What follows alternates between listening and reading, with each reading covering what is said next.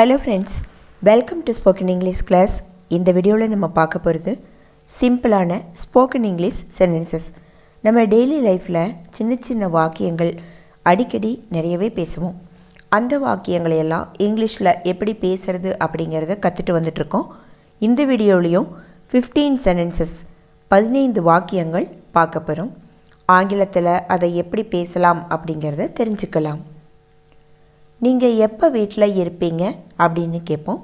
அதுக்கு இங்கிலீஷில் when will you be at home, when will you be at home அப்படின்னு கேட்போம். when அப்படின்னா எப்போது அப்படின்னு அர்த்தம். நீ எப்போ வீட்டில் இருப்ப, நீங்கள் எப்போ வீட்டில் இருப்பீங்க அப்படின்னு கேட்குறக்கு when will you be at home அப்படின்னு கேட்போம்.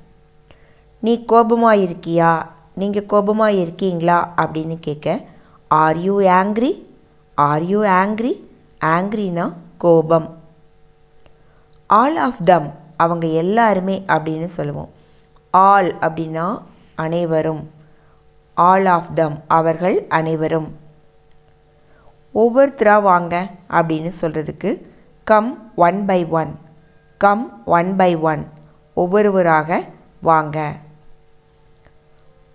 அவருக்கு காது கேட்காது அப்படின்னு ஒருத்தரை பார்த்து சொல்கிறோன்னா அவர் காது கேளாதவர் அப்படின்னு சொல்கிறதுக்கு he is deaf அப்படின்னு சொல்லுவோம். he is deaf அவர் காது கேளாதவர். அவளால் சாப்பிட முடியலை அப்படின்னு சொல்கிறதுக்கு she can't eat, she can't eat அவளால் சாப்பிட முடியவில்லை. எத்தனை நாட்கள் அப்படின்னு கேட்போம்.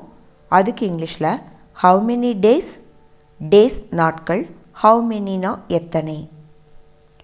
நம்ம சீக்கிரமாக கிளம்பணும் அப்படின்னு சொல்கிறதுக்கு we must leave early, we must leave early, earlyனா சீக்கிரமாக அப்படின்னு அர்த்தம். நான் அங்கே இருந்தேன், I was there, I was there, there அங்கே. ஒரு முறையாவது வாங்க அப்படின்னு சொல்லுவோம், ஒரு முறையாவது வா அப்படின்னு சொல்லுவோம். அதுக்கு இங்கிலீஷில் come at least once, come at least once. எங்களுக்கு தெரியும் அப்படின்னு சொல்கிறதுக்கு we know, we know. நீ பொய் சொல்கிற, நீங்கள் பொய் சொல்கிறீங்க அப்படின்னு சொல்கிறதுக்கு you are lying, you are lying. நான் ரொம்ப கஷ்டப்பட்டு உழைக்கிறேன் அப்படின்னு சொல்கிறதுக்கு I work very hard, I work அப்படின்னா நான் ஒர்க் பண்ணுறேன், நான் வேலை பார்க்குறேன் அப்படின்னு அர்த்தம். நான் உழைக்கிறேன்.